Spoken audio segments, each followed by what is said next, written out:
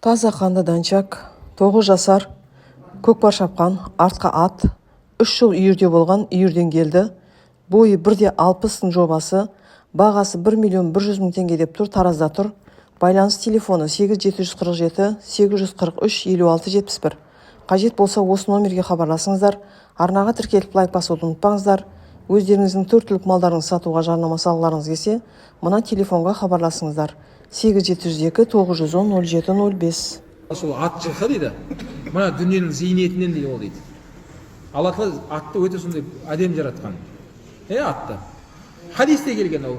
Расулullah айтады, балаларыңды 3 нәрсеге үйретіңдер дейді. Соның біріншісін атты айтқан. Балаларына атқа мінгізіп үйретіңдер, кейін садақат үйретіңдер, кейін жүзіп үйретіңдер деген. Ғұламалар айтады, атқа қанша уақыт арнап, соны сипалап, жемін беріп, қарай берсең, сағаттар жүрсін. Ол уақыттан сұралмайсың дейді. Яғни ол уақыттар былай жай бос, бекершілік болып есептелінбейді. Яғни атқа қараған кезде адам тек қана өрден бір жақсы энергия алады екен адам. Мінсең де, сипаласаң да, жанында жүрсең де, астын тазаласаң да, өзде не аласың? Адам жақсы энергия алады екен ат жылқыдан.